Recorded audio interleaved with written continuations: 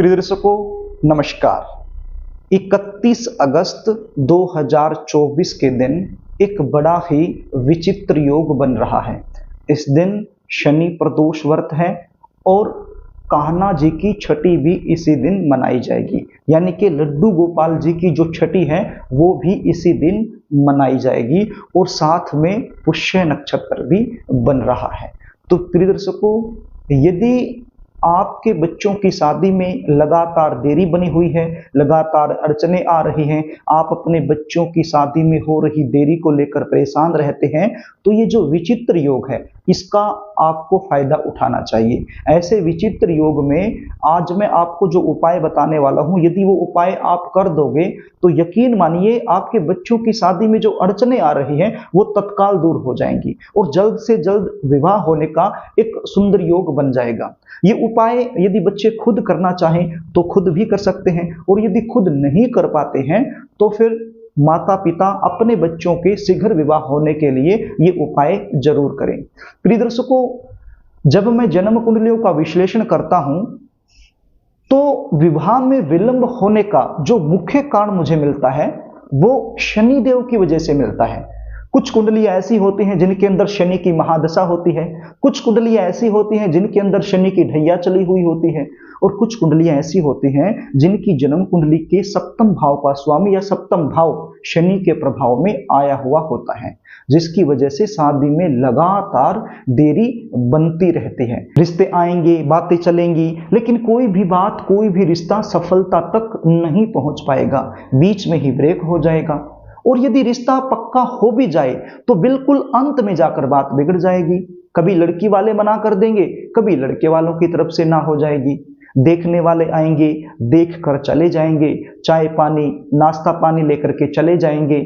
हम सोचेंगे कि अब की बार तो रिश्ता फाइनल हो जाएगा, लेकिन सामने से हमें कोई पॉजिटिव रिप्लाई मिल नहीं पाएगा। हम इंतजार करते रहेंगे, सामने वाला ना तो हाँ कहेगा और ना मना करेगा। कुछ ऐसे रिश्ते आएंगे जो हमारे लेवल के नहीं हैं, हमें पसंद नहीं है, तो हम अपनी तरफ से मना करते रहेंगे।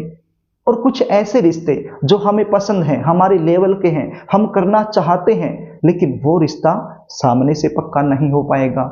ये सब तब होता है जब जन्म कुंडली के अंदर शनि का नेगेटिव प्रभाव अधिक बन जाता है या फिर सप्तम भाव का स्वामी या फिर सप्तम भाव शनि के प्रभाव में आ जाता है और साथ में यदि राहु और केतु का प्रभाव भी बन जाए तो ऐसे में तो बहुत ज्यादा अड़चने आती हैं विवाह होने में। तो यदि ये सिचुएशन आप लोगों के साथ बनी हुई है तो चिंता करने की बिल्कुल भी आवश्यकता नहीं है। जो उपाय आपको बताने वाला हूं वो उपाय आपने 31 अगस्त 2024 शनि प्रदोष व्रत के दिन कर देना है। उपाय बताऊं इससे पहले आपसे निवेदन करना चाहूंगा, यदि आप चैनल पर नए हैं और अभी तक आपने इस चैनल को सब्सक्राइब नहीं किया है तो मुझसे लगातार जुड़े रहने के लिए चैनल को सब्सक्राइब जरूर कर लीजिए, बेल आइकन को भी प्रेस करके रखिए ताकि हमारी आने वाली इसी प्रकार की नई वीडियो का नोटिफिकेशन आपको मिलता रहे और वीडियो आप आसानी से देखते रहें। तो प्रिय दर्शकों, चैनल को सब्सक्राइब करना, वीडियो को लाइक करना ये पूरी तरह से निःशुल्क होता है और फायदा आपको क्या होता है, अभी ये जो वीडियो आप देख रहे हो, मान लीजिए दोबारा से ये वीडियो आप देखना चाहें तो ये वीडियो आपको कब मिलेगी, जब आप चैनल को सब्सक्राइब करके रख लोगे तो ये वीडियो आपको दोबारा से भी आसानी से मिल जाएगी। मैं ये बातें क्यों बोल रहा हूं, क्योंकि मेरे पास बहुत सारे ऐसे फोन कॉल्स आते हैं कि पंडित जी आपने वो उपाय बताया था, उस समय हमने उसको देख लिया लेकिन अब हम भूल गए हैं, उसमें ये कैसे करना है, वो कैसे करना है। तो उस समय मेरे पास समय नहीं होता है बताने का पर्सनली रूप से, तो फिर मैं उनको यही बोलता हूं कि आप वीडियो में देखिए। अब वीडियो उनको मिल नहीं रही है, अब वीडियो मिलेगी कब, जब चैनल को सब्सक्राइब कर लेंगे। तो इसलिए कहता हूं चैनल को सब्सक्राइब करने में आपका कुछ नहीं जाता है, फायदा आपको होने वाला है, तो इसलिए चैनल को सब्सक्राइब जरूर कर लेना। तो प्रिय दर्शकों, ये उपाय कैसे करना है आपको बता देता हूं। 31 अगस्त 2024 प्रदोष व्रत के दिन ये उपाय आप सुबह भी कर सकते हो, शाम के समय भी कर सकते हो, ये आपकी मर्जी है। करना क्या होगा, स्नान आदि से निवृत्त होकर के साफ सुथरे धुले हुए वस्त्र आपने पहन लेने हैं। एक स्टील का लोटा आपने लेना है। क्या लेना है, स्टील का लोटा आपने लेना है और स्टील के लोटे में सबसे पहले थोड़ा सा गंगा जल आपने डाल लेना है।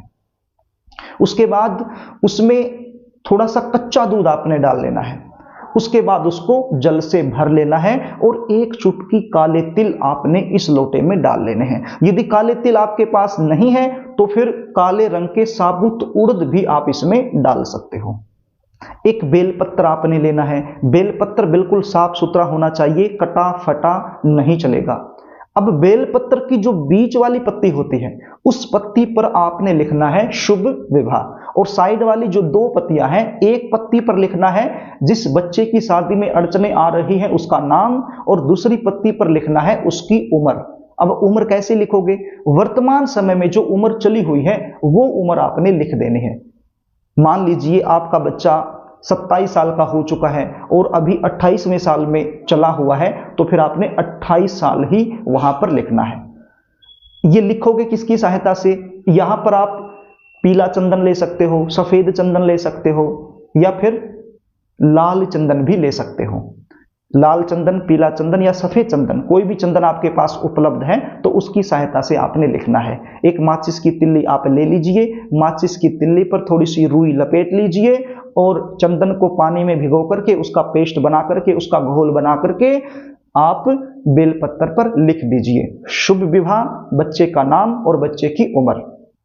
अब ये चीजें आपके पास तैयार हो गई। अब ये दोनों चीजें लेकर, दोनों चीजें कौन सी?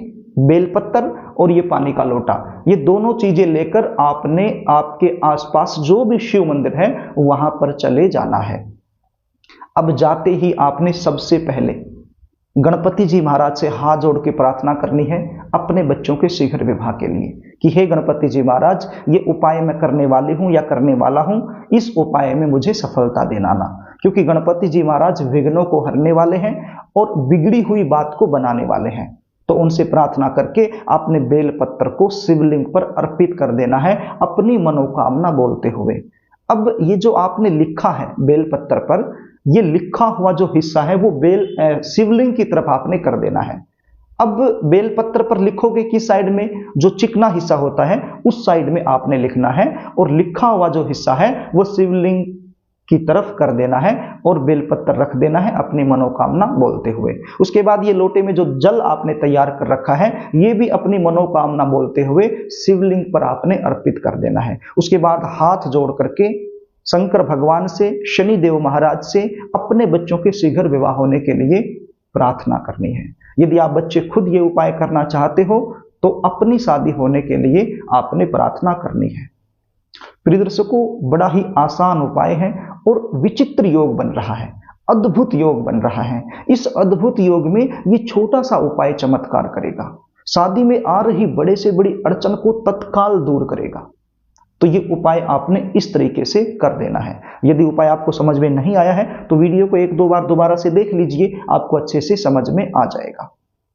यदि आप अपने बच्चों की जन्म कुंडली का विश्लेषण मुझसे करवाना चाहते हैं, शादी कब होगी, कहां होगी, कौन से परिवार में होगी, शादी के बाद का जीवन कैसा रहने वाला है, जल्दी शादी होने के लिए विशेष उपाय क्या बनते हैं, यदि ये सारी जानकारी आप मुझसे लेना चाहते हैं तो स्क्रीन पर दिए गए व्हाट्सएप नंबर के जरिए आप मुझसे संपर्क कर सकते हैं। यदि शादी के अलावा कोई और समस्या आपके जीवन में चल रही है और उसका ज्योतिषीय समाधान आप मुझसे लेना चाहते हैं तो भी आप अपनी जन्म डिटेल लिखकर स्क्रीन पर दिए गए व्हाट्सएप नंबर के जरिए मेरे पास भेज सकते हैं और अपनी जन्म कुंडली का साइंटिफिक तरीके से सटीक विश्लेषण मुझसे करवा सकते हैं। जन्म कुंडली विश्लेषण की हमारी फीस होती है, वो फीस आपको पे करनी होती है, उसके बाद संपूर्ण जानकारी आपको दे दी जाती है।